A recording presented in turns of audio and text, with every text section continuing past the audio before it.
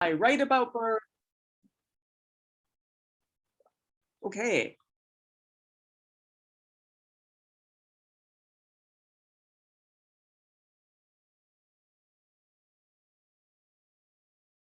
Did we lose Naomi? I don't know. Let's see. I think we did. We're one participant down, so maybe we'll give her a second Okay. to connect. Oh no, sorry, Naomi. I think we saw it happening though, so hopefully we'll see if she pops back on. I'm wondering why the recording just started now. I usually record all of these and I totally forgot to start it. So we post the audio transcript on our website at the end of it. Thank you. Mm-hmm. Is everybody in the Twin Cities except for Cate? Because Cate's in Austin, and Cate, I have to tell you that it is totally Austin weather today here in the Twin Cities. Yeah. I'm from California. What's it like there? I hate to tell you, it's absolutely beautiful. There's Naomi. Is she back? I see she's online. I'm back. I'm unmuted. Perfect. Thanks, Naomi. Sorry. Not at all. I wish I'd taken a potty break, but no, sorry. So where did I cut out? Right around the, should I just start that? So I've been writing, the next piece is about, oh wow, no. Still there? I'm getting all sorts of interesting messages. Oh, you're here, we can see you and hear you. Okay, great, thank you. I just have to get back to my reading file. So a lot of what I've been obsessing about is birds. And I think this short piece talks a little bit about that. And again, I wrote this fairly recently, but it was right after, it was in an event in November 2016. So I reread it, I was like, wow, and we thought that was the worst thing that could happen. Gosh. So anyway, it's called How I See the Saw-Whet. I see two young men, one burly dark with magnificent hipster beard and camera big as a lunchbox. The other light and sandy, clutching binoculars. My friend Renee and I passed them on our walk to the coffee shop. They ask, do you want to see a saw-whet owl? They speak in hushed tones, don't want to disturb the bird, hunched in its daytime roost. They point to a drab shrub, backlit in dim November light. We see nothing. The sandy one holds up a picture from his phone app. Renee goes, ooh. I'm silent, the image too small for me to see.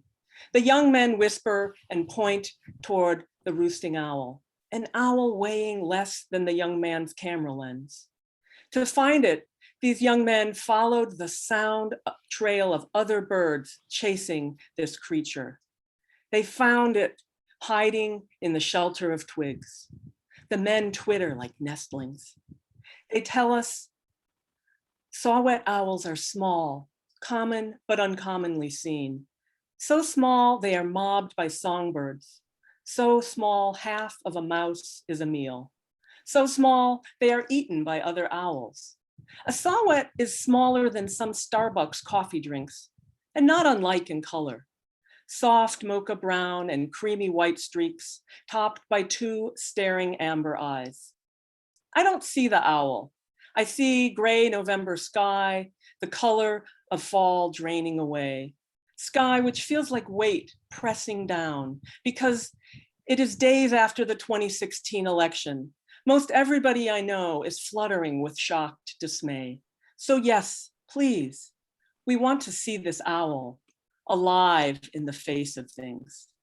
They keep pointing at the shrub, at the invisible owl, a mere block from my house. I stare into the crosshatch of damp twigs. Light catches the yellow of a few limp leaves, the ones not already vacuumed off by a recent windy rain. I see Renee staring, also not seeing. The birders keep pointing quietly, into the shrub. It's only a few yards away. We all stare intent as dogs on a squirrel. At last I hear Renee give a quiet, aha. She has seen it. She adds her finger to the pointing. I see only twigs. I pull out my phone, take a snapshot in the general direction they are pointing. I find my half-blindness awkward. I feel guilty when I fake seeing. It goes against everything I was taught. Honesty is the best policy, but I fake seeing all the time. Take that woman at the train station on my way to Chicago, who shows me a photo of her grandchild. I can see a roundness with two darker roundnesses on the upper half of a white slash that might be the teeth of a smile. Is it really so bad to say, oh, adorable? It probably is. Standing in front of those few ounces of hollow bone and feather, I let out a little oh, something that could be taken for an instant of seeing. Otherwise, we will be standing all day at the altar of this owl. Seeing is never the work of a single moment. We thank the birders, we walk away. I begin to see the owl in Renee's description of what she saw, in her excitement. Later, I download my photo, see a grainy, dark hatch of twigs and yellow leaf. I see the owl in not seeing it. I pursue the bird on the web. On ornithology sites, I see the bird in calls, the gray shapes of sonograms moving past on my computer screen as I listen to its incessant tooting, its eerie, quavering, saw-sharpening call. I see it in images taken by expert eyes.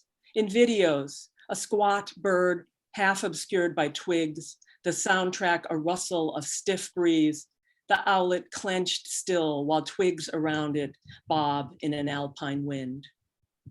Only the blinking of amber eyes gives away its aliveness. I heed the owl's call to pick up a pencil and start drawing in an abandoned sketchbook, set aside at some point along the slide of failing eyesight. I draw an owl from memory. I draw an owl from crisp, bright photos from the web. One photo zoomed on my computer until amber eyes fill the screen. But I want to draw closer to that one owl whose heart beat yards from mine. I hope over that blurry phone, I pore over that blurry phone photo I took of that shrub. Nothing clearly owl, but I digitally worry that image, those few grainy pixels, changing exposure, sharpness, contrast. I do this for days. I keep coming back to it. Then I see that roundness I've been shaping into an owl is actually just a cluster, a dangle of leaf. To the left of this leaf is a dark bark owl, the reclusive creature perched close to the trunk, perfectly camouflaged, just a smudge against dark background. 3 years later, I'm still drawing that owl, just beginning to see its quiet hiding. So I wanted to do a weird thing where I was going to show you, I have a piece about crows and I was going to show you some images along with crows, and I decided that was too complicated, but I felt like I still wanted to show you some of these drawings. So is it possible to share my screen so I can do that? I just made you co-host, so you should be able to do that. Okay, thank you.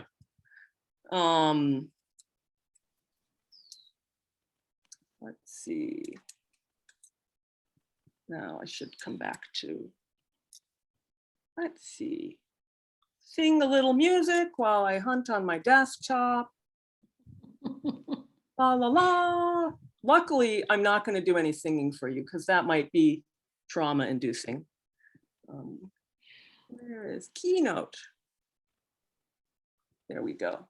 So I've been really interested in the ways in which my obsessive drawing habit seems very similar to my writing habit, the way in which essays tend, is that working?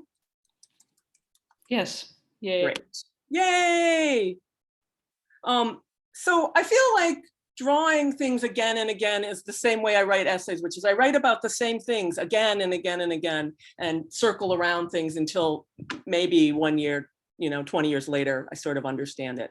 And this is a little Kafkaesque because it's really just meant to be a series of images, but I'm going to do a little bit of audio description because I'm always so crabby as a not well-sighted person when there's all this visual content and just crickets, so to speak. So let's see if this is, can I advance here?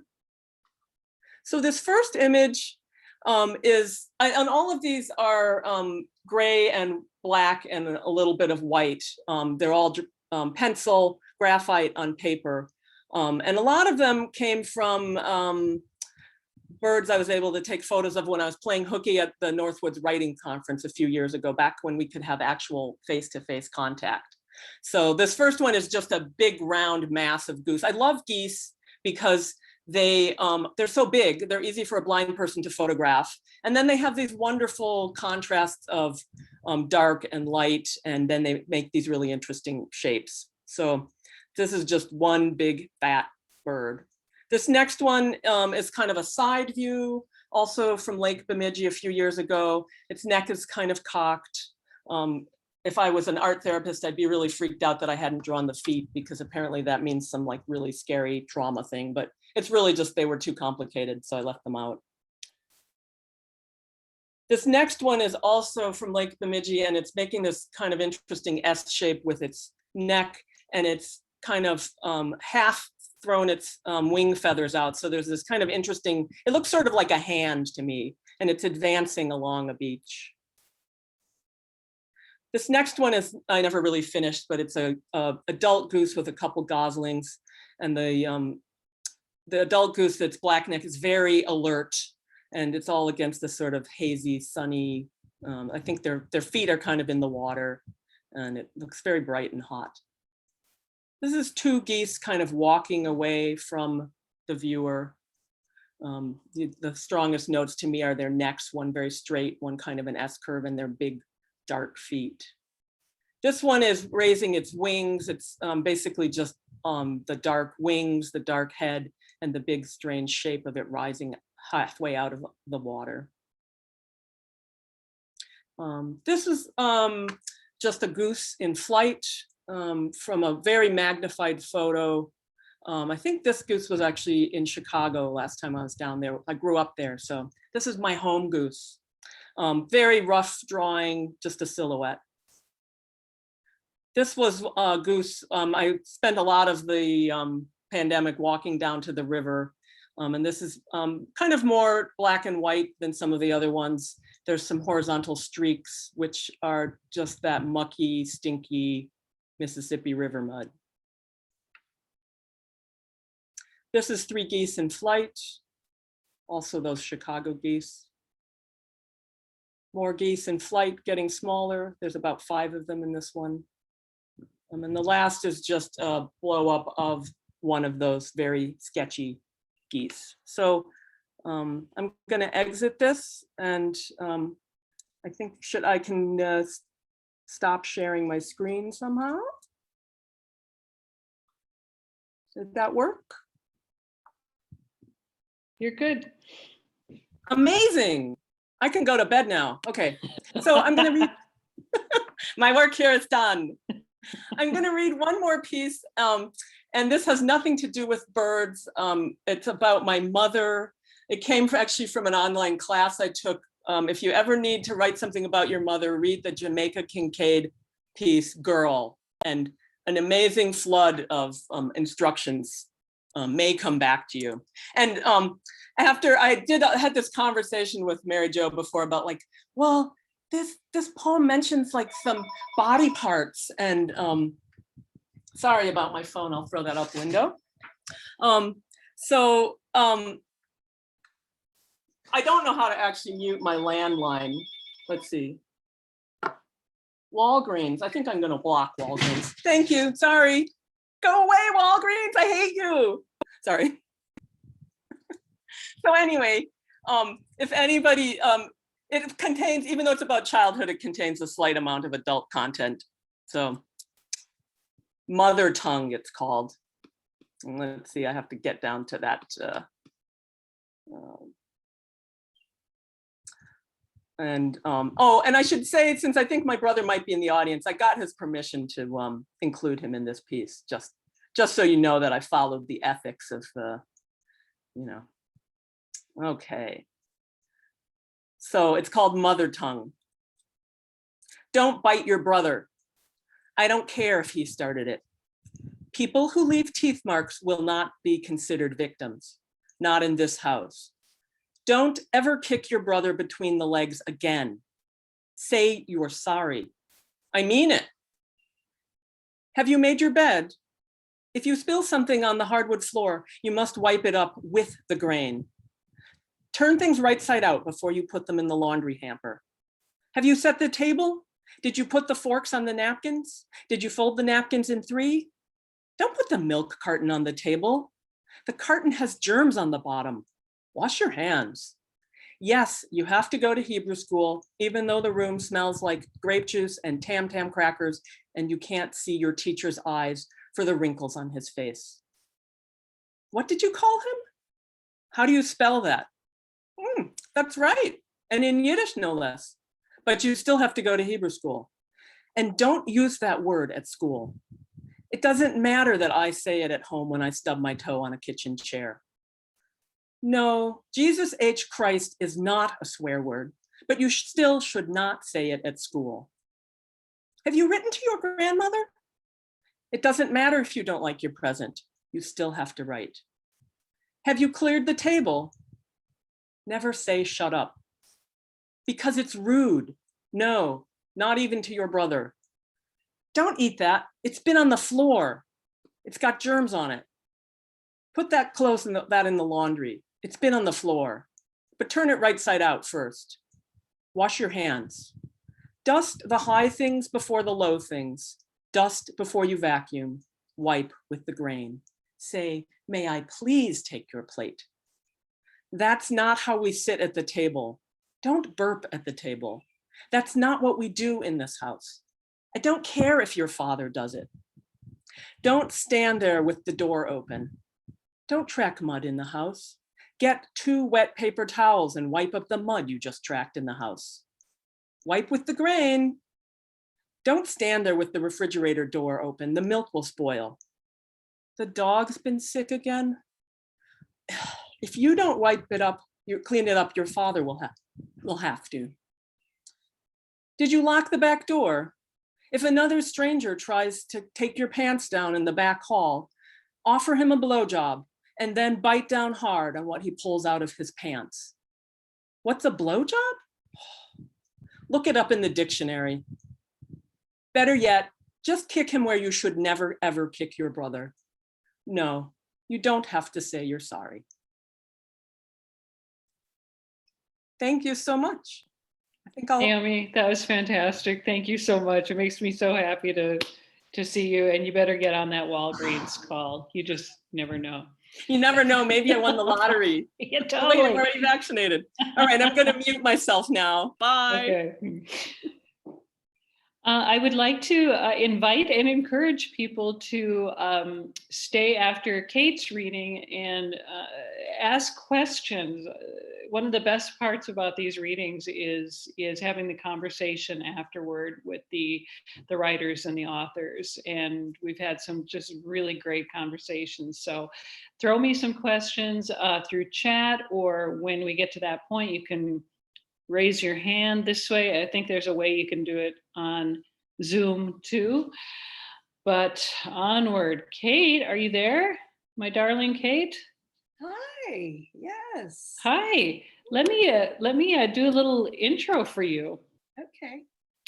My friend Cate Berry is the author of Penguin and Tiny Shrimp Don't Do Bedtime. And that's Balzer and Bray, HarperCollins, illustrated by Charles Santoso, and Chicken Break, Accounting Book by Feiwel and Friends, Macmillan, and illustrated by Charlotte Adler. Cate holds an MFA in writing from Vermont College of Fine Arts and teaches at the Writing Barn in Austin, Texas, as well as privately. Cate was a featured author at the Texas Book Festival, West Texas Book Fest, Austin and Michigan SCBWI conferences as faculty, and writes the monthly humor column for Austin Family Magazine, which I think you can find online, and it's delightful.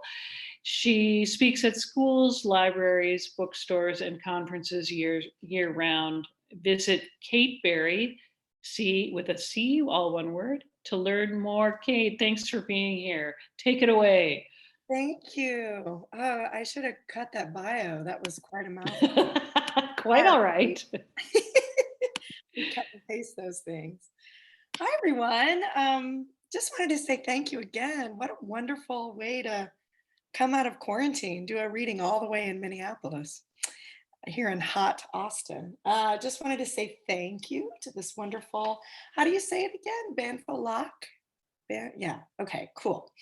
And again, thanks to all the participants for being here, and Mary Jo for having me. And Naomi, I just wanted to say that was wonderful, and huge shout out to your fabulous glasses.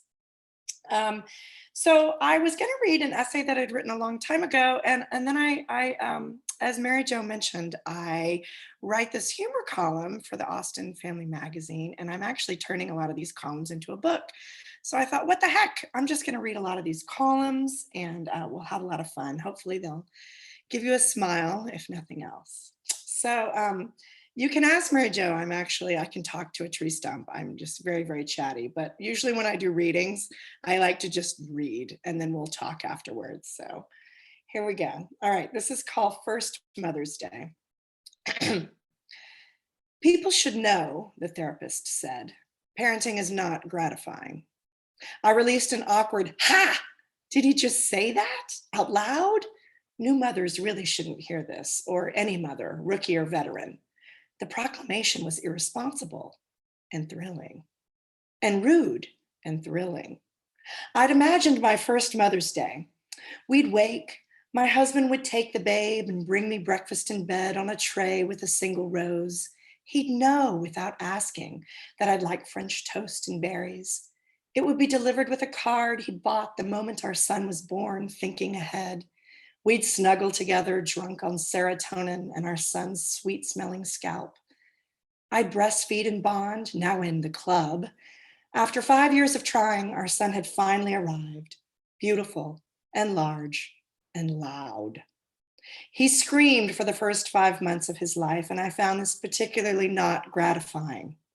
Other things not so gratifying: getting an eyeful of pee before coffee, clicking yes to Amazon's air traffic quality controlled noise canceling headphones, dodging the streamlined diarrhea assault of 2006, surviving the chamber of late night worry, the great breastfeeding boob rebellion of week 2. It's not that my first Mother's Day was a letdown, it just wasn't gratifying, as the pros say. It is tucked away into the soft tissue of my memory. I trot it out every year if I'm feeling nostalgic. Blah, blah, blah. Get a towel. Blah, blah, blah. I need vomit backup. Blah, blah, blah. More incoming, more incoming.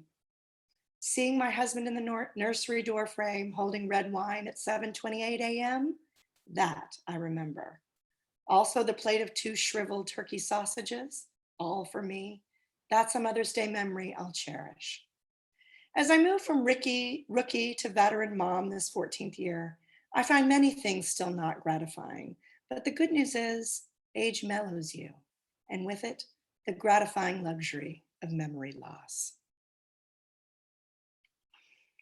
Okay, I'm going to read one now.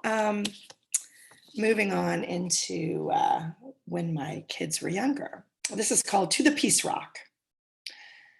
Like all good Austin parents, we sent our kids to an enlightened preschool. And I mean this in the best possible way.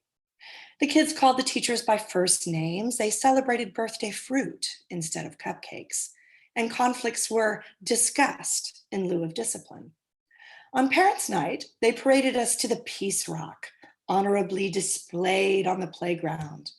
Our son's teacher explained the piece rose was used for talking on the piece rock as disputes arose. Students could share their grievances only when holding the rose. Afterwards, as we slid behind our fuel-efficient economy car, we felt smug and thrilled for our son's future. I arrived late for pickup the next day, 2 screens behind the wooden gates, stenciled with mushrooms and caterpillars.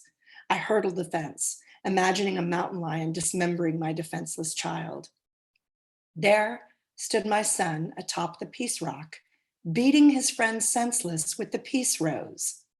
Expletives spewed as the petals landed. I blushed, realizing the origin of his native tongue. Not to be selfish, he then shared the peace rose with his pal, who echoed the war cries of a 4-year-old exploring the freedom of the English language while pounding my son. Then suddenly, and without warning, the boys stopped, and the spitting began.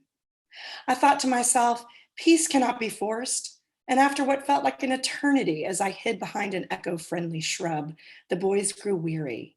Without any nudging, they threw down the peace rose of their own accord and pulverized it with their sneakers. This past year has felt like living with an outdated instrument of peace. Let's make 2021 better. As we move forward, let's call the Peace Rock what it is, a place to be ourselves, our honest, fearless, gorgeous selves. To the Peace Rock. Okay. Let's see here. I'm just going to read now one.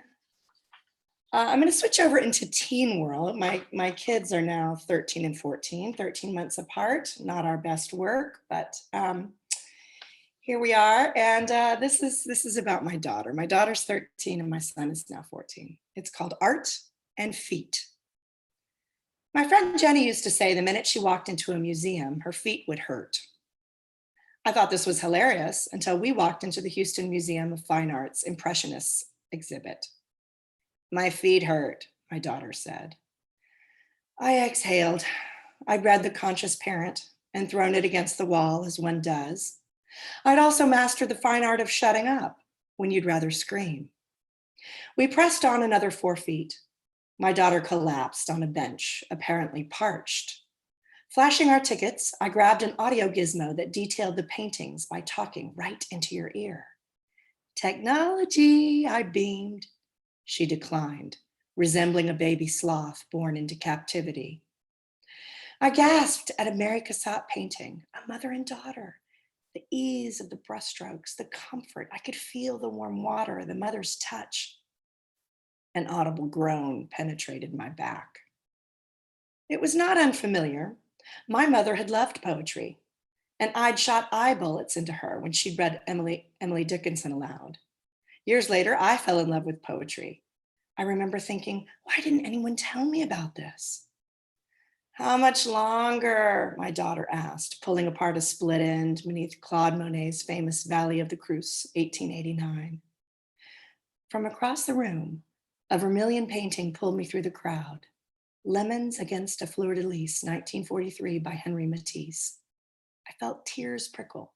Cheesy joy bubbled up inside. This painting made me want to write, soar over the Andes in a glider, forgive every leaf blower on a Sunday morning. I turned, longing to share. She was focused downward, picking her toenail polish. Pablo Picasso's woman seated on an armchair watching over her. My girl was her own masterpiece. You can't push art any more than you can rush a sloth. Outside, the sunshine cracked my daughter wide open as she ran towards lunch. My feet hurt, I thought, chasing her shadow. All right, and I'm going to read just one more, I think. We have Father's Day coming up, and I wanted to send this out in honor of all the dads out there, and for my dad, who passed away in 2012. It's called Dad Makeovers. I used to stroll around Target with 2 babies born 13 months apart. What mom doesn't kill a day, air-conditioned zombie walking, mainlining Starbucks like a boss. I'd pass the little boys department, well-stocked with graphic tees. My eldest was a cereal vomiter, so extra shirts were always a good idea. They were catchy, those labels. Lil Slugger, future rock star, touchdown tackler. There was even a snappy bass fisherman in training with red gill font that made me pause. But I'd muse, what if my son wants to be a potter or a yoga teacher or a judge?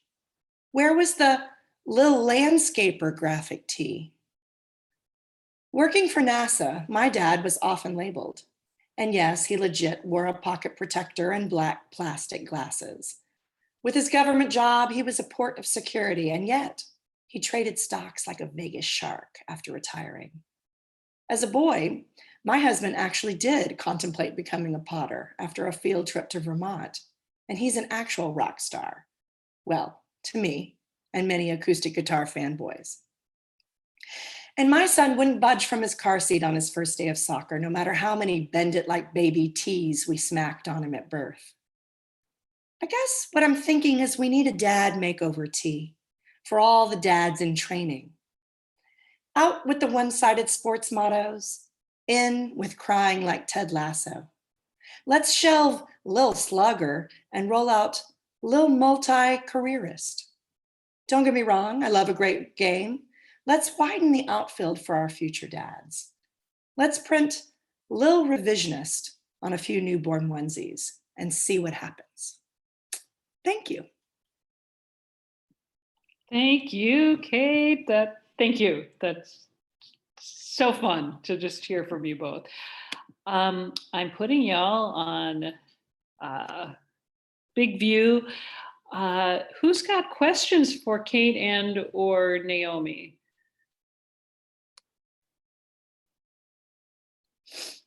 Throw in. You know they want to talk. It's You always, know it's always the first question, and then there's like a million. Yeah, hopefully, yeah. I don't have a question, but I have kind of an observation that might lead to, I would love to hear both your thoughts on, Naomi, you said something really interesting that you wrote and rewrote essays over and over again until you understood it, which I, as a writer myself, I just loved that because I know that I keep coming at stuff as I get older and have more life experience.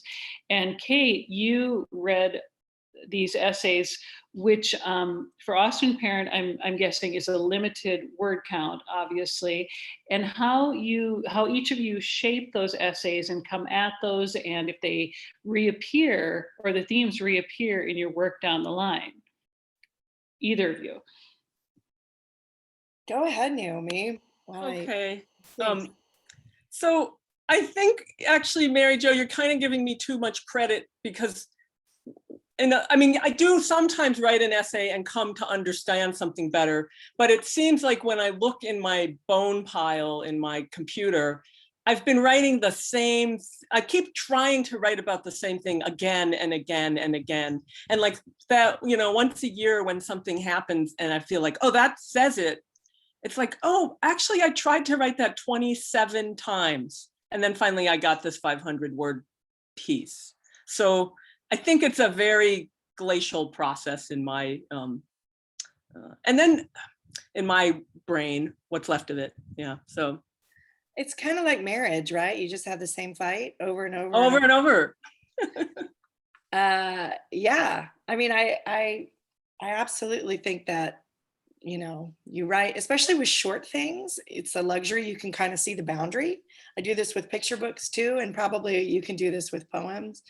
You write it and then you find, oh, there's the one word or the one phrase that it's about. And you take that one thing and, you know, get a brand new document and start from there. And you can do it up to 100 times until you figure out what it's about. It's like an endless onion. No, Naomi, I love how you described it as a bone pile because it is. And the evolution, not to state the obvious, but the evolution of it and what Cate just said about, and then you find out what it's about. All of a sudden in that key phrase. I'm really interested in both y'all's overlap, like Cate is a poetry lover and discovered that. Naomi, do you remember your first poem and when you realized, like when it clicked for you that that was your essence, that you were a poet? Well, when I'm in with other poets, I feel like, oh my gosh, I am so not a poet. Like I don't do that music thing that, like, obviously I'm not concise, like, but then, so when did I start writing poems? I actually started maybe 20 years ago, kind of as a way of exercising a different muscle. And then I realized, it's like a genderqueer thing. And then I realized, oh no, actually, I think this is my orientation. And now I'm kind of back in this place of like, oh, but I still like prose sometimes, so, but I really, as a reader of poems, I kind of loved how I often didn't know what the fuck was going on. And that was what interested me. So I'm not really answering your question, but. No, that's totally great. Yeah. I mean, I never thought of myself as a poet, and I still don't, mainly because my mother loved it and I wanted to do whatever she did not want me to do. But, yeah, I mean, I was a songwriter for many years before I got into writing prose and things like that. And I don't know, the older I get, the more I feel like poetry, you just, that's where it's at. My most favorite writers, you read their bios and they have some doctorate in poetry, it's always right there. I really feel like if anybody's starting writing or switching genres, or I don't know, they've been writing forever, like the best thing you could possibly do is study poetry, read poetry, write poetry. I mean, I don't know, you feel the same way, Naomi? I was just gonna say what Cate says. Yeah, I should, yeah.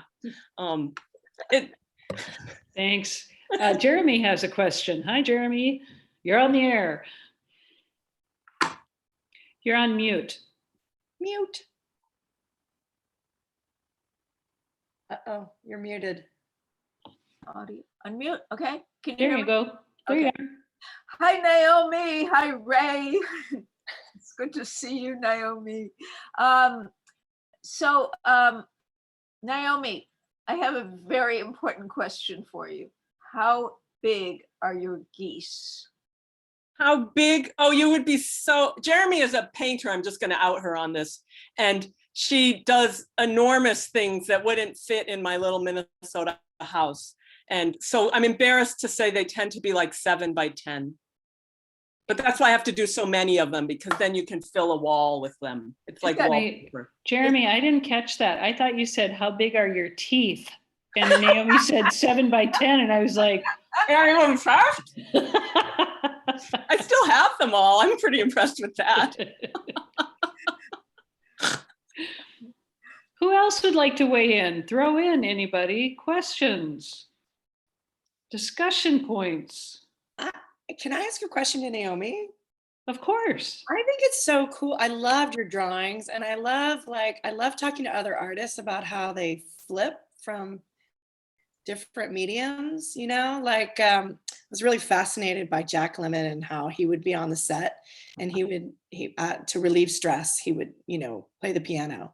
So I just wonder, do you do that do you take breaks when you're stuck and draw?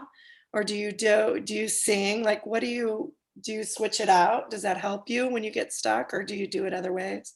I'm just fascinated with that whole singing topic. should definitely, people don't like my singing, I'll just say. But yeah, I find working between different, I don't think we should have to choose. And I think I feel like many things about the pandemic sucked, but about a year before the pandemic happened, I decided, you know what? I have had my dead mother's piano for 10 years. I keep getting the thing tuned, and like, I should either use it or release it into the pond. And I am so grateful that I had that creative practice and that beginner thing to do, because writing, like, you're supposed to be good at it by now, right? And I never feel that way. So yeah, and the drawing thing, I used to have more of a visual art background, and it started as more of a private thing, but I kind of finally realized these things are filling the room. Like, they need to leave the house or something. I don't know. So, But I but yeah, love I definitely, there can be, it's a great thing because you can like use it as a really sophisticated form of procrastination, Yes, yes. right? It's like, oh, I'm doing creative stuff. Yeah. Oh, like I haven't written anything in a year, but Procrastinating work with other work. It's my favorite. exactly, it's like the hierarchy. So you obviously have a connection to other art forms also. So Yeah, I curious started about- in acting and then I did songwriting for a lot in New York for a long time. It's where I met my husband and then I got, yeah. And so, but it all informs it. But I love what you were saying about how it can connect you back to your beginner's mind. Mhm. You know, you can start to become with writing, you can become so stuck in your editor head that you have to find a way to have fun with it again. Yeah, So yeah. doing that. Did you find that when did you actually play the piano during the quarantine and did it help? I don't know if it helped the people around me, but yeah, I definitely. Cate, I want to throw a question at you from Abby Cohn. Okay. Hi, Cate. Would love to hear about your guitars. Oh, these are my husband's. He's a composer and he teaches fingerstyle guitar. I don't know if you can see them all, but it's very fancy. He has a lot of good lighting, so I come here. I only have one. He has about 30. I'll let him know that he got a shout out at this. Yeah. Totally, He'll be like, woohoo! Abby Cohn also has a question for both Cate and Naomi. Does there need to be a boundary between prose and poetry? oh. I mean, you're more of a poet than I am. I'll let you start. Oh, no. How's that? No. I spent a lot of time trying to decide. I write things, I write pieces, and then I try. It's sort of like having like one of those vegetable things, and it can spew out different, like the thing that makes the spiralizer. It's like you have these words and you put them in different forms, and sometimes they want to be a poem, obviously, like they want line breaks or they want to be a sonnet. Wow, but right. mostly I write messy stuff that is just kind of like, sometimes I mash it into being a poem, and other times I say, oh, this is a poem, but it has none of the attributes that my poet friends recognize. So yeah, I hope we could just let go of that, I guess. I mean, it helps you have a boundary and that it helps you write more economically and more potently. If you write essays, you learn to really value the real estate of the page and, to really to startle your audience or to make your sentences really just more powerful. That's what you get from poetry. So I don't know if it's a boundary between the disciplines as much as it is a boundary within your own paragraph. Yeah, I love what I hear in that is like I love poetry and word limits as a container, as a way to be like a permission, or like, wow, I just wrote 500 words and I need 100, like that forced choice. Or for a while I was really into formal poetry, sonnets and sestinas and things with a lot of pattern, and I found they were actually really great for writing about difficult material. And it was sort of like having the container and that puzzle to solve freed something else up. So yeah, I love having the boundary for the creative process, but in terms of how we market things, I wish we were just like, here's some words, have them. That's really, yeah, that's great. Alyssa had a question. Hi, Alyssa. I'm trying to ask a question partly just so Naomi can hear my voice. We haven't Hi. been together in decades, but we're friends from college. Naomi, I have so totally enjoyed this event. So let me ask a little question so I have an excuse for speaking. I thought that the bird drawings were, first of all, really beautiful, and they reminded me of the time eons ago when I did a little drawing, and it was so meditative. I got totally into it, and I totally enjoyed the experience. And I realized it made me gave me a feeling kind of like the poem that had preceded it, the poem about the owl.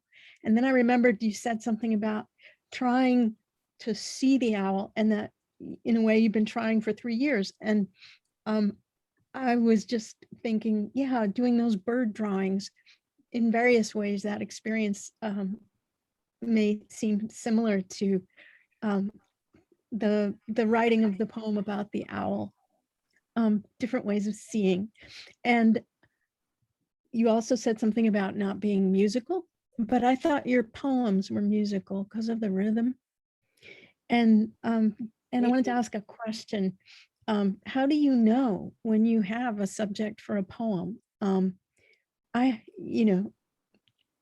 totally related to all of these things you were writing about and the imagery and everything like that.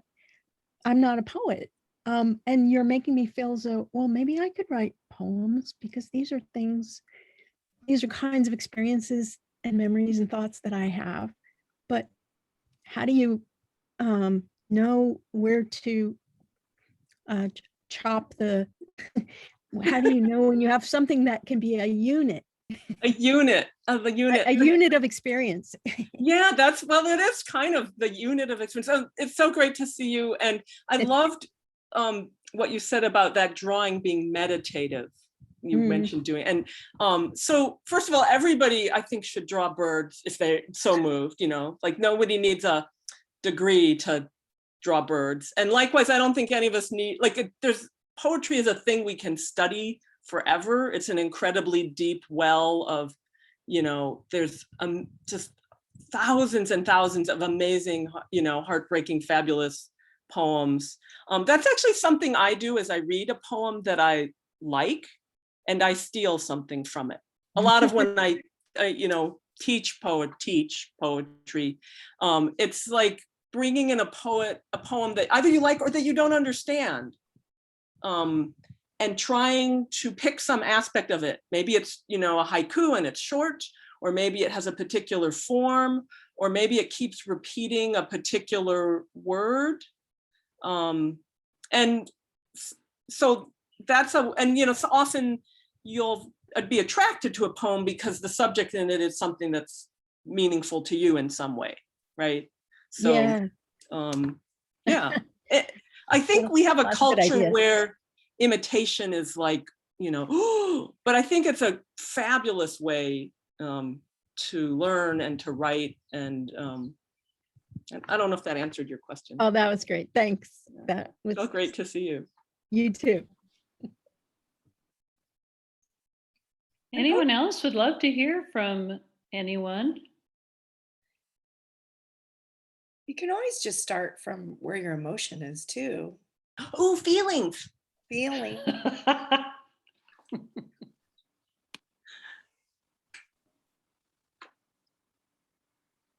Cate, I'll ask you a similar question to Naomi. At what point, was there a point where you wrote your first thing, whatever age it was, that you realized you were a writer, or it was part of your essence? Do you remember that as a kid or a grown-up, or? Yeah, I was in love with this little desk that I had as a kid. And it was like a little white stationary desk, and it was painted blue on the inside. And I would just sit there. As every good writer, I would never write. I would just stare out the window. And so, yeah, I'd forgotten about that because I got into acting and songwriting. And then years later, when I started writing, people were like, when did you start writing? And I remembered that desk. I was like, maybe that's what I wanted to be all along. And it took me a long time to remember it. So yeah, but my career has been a lot of looking backwards. It's like, I did this because I was interested, and then I did this, and then I did this, and I have a book, and how did that happen? I don't really have a lot of training. And then, but looking backwards, it all made sense. That's really cool. Yeah, I like the way you put that. Lisa has a question. My question for the hosts is, are these events always this fun? We hope so. Thanks for joining us. Is there anyone else who has question, comment? Cate and Naomi, I am just so happy to see you. Sorry to repeat myself. And thanks for the terrific reading. And everyone, thanks for joining us yet again. I just really appreciate it. It's so fun. Thank you so much. This was a really, really highlight of the year.